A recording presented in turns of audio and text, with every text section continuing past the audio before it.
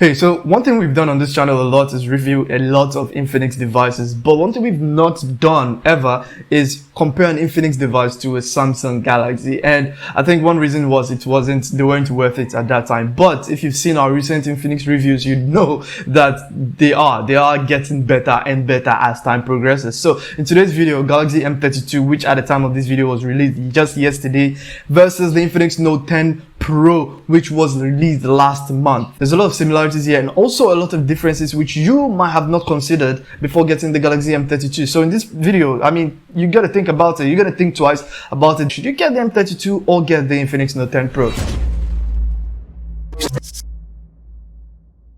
Hey, what's up? Waz here. So if you're new to this channel, basically what we do is smartphone reviews and tutorials, as well as app reviews and tutorials. So subscribe and hit the notification bell if you haven't. And let's just get straight into the video. So let's start with the most obvious thing. When you take out the phone from its box, the first thing you see is the display. Infinix devices have been known to come with huge displays, 6.95 inches for like 3 years now, from the Note 7, Note 8, and the Note 10 Pro all coming with 6.95 inches, at least 6.9 inch display. Big displays. They come with LCD panels, 90 Hz refresh rate on the Infinix Note 10 Pro. Coming to the M32, we have a 90 Hz AMOLED 6.4 inch display. The big difference between the AMOLED display here and then the LCD 90 Hz 6.95 on the Infinix Note 10 is nothing other than the fact that one is AMOLED and the other is LCD. So there is a lot more efficiency in battery consumption than on the M32 with the AMOLED display than the LCD on the Infinix Note 10 Pro. Second is the RAM and storage space. So the base for the M32 comes with 4 gigs of RAM with 64 gigs of storage,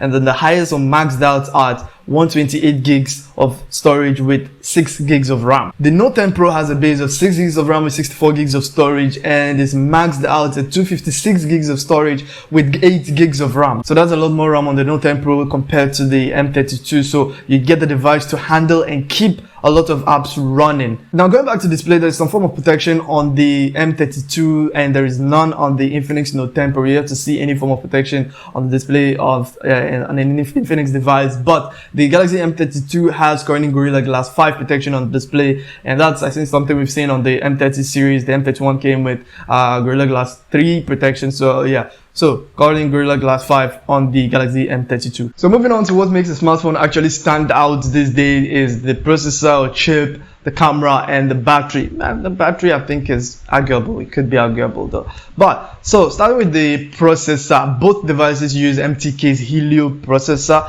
We have the Helio G80 on the Galaxy M32 and the Helio G95 on the Infinix Note 10 Pro. Both 12 nanometer processors, but I can tell you for a fact that there is a difference between the G80 and the G95. So both gaming processors, but we have more enhancement and a smoother experience on the G95. And before we move on, talking about the smoother experience, shout out to Wire for sponsoring this video. Send money to other networks and countries for free, no charges at all. Yes, you don't need to think twice about it. Get the app in the Play Store and App Store and start sending. So like I said, there are a couple of similarities on the two devices, and the camera, interesting enough, is one of them, the rear camera to be specific. There's a 64 megapixel main lens, an 8 megapixel ultra wide, a 2 megapixel depth, and on the Galaxy M32 we have a 2 megapixel macro, and on the Infinix Note 10 Pro we have a 2 megapixel monochrome or black and white camera. But the difference in camera lies in the selfie cameras. We have a 20 megapixel front shooter on the Galaxy M32, and on the Infinix Note 10 Pro we have a 16 megapixel shooter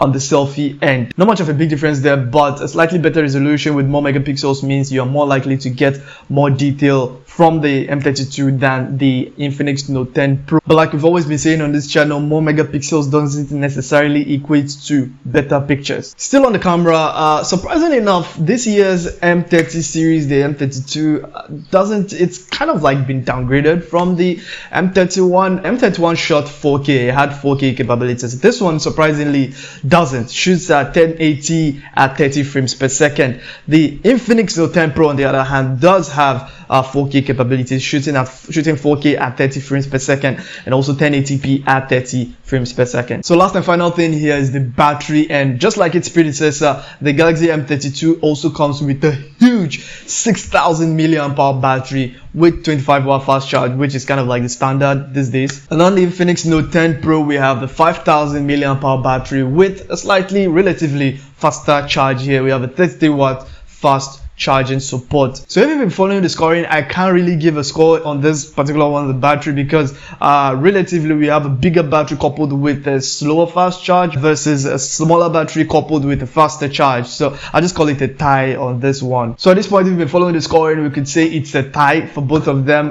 Interesting, you know, the Infinix Note 10 Pro standing up to a Galaxy device. They're really stepping up their game and, you know, upgrading their devices and making things better. So I'm sure at this point you can also decide for yourself which one to get, the Infinix Note 10 Pro or the Galaxy M32.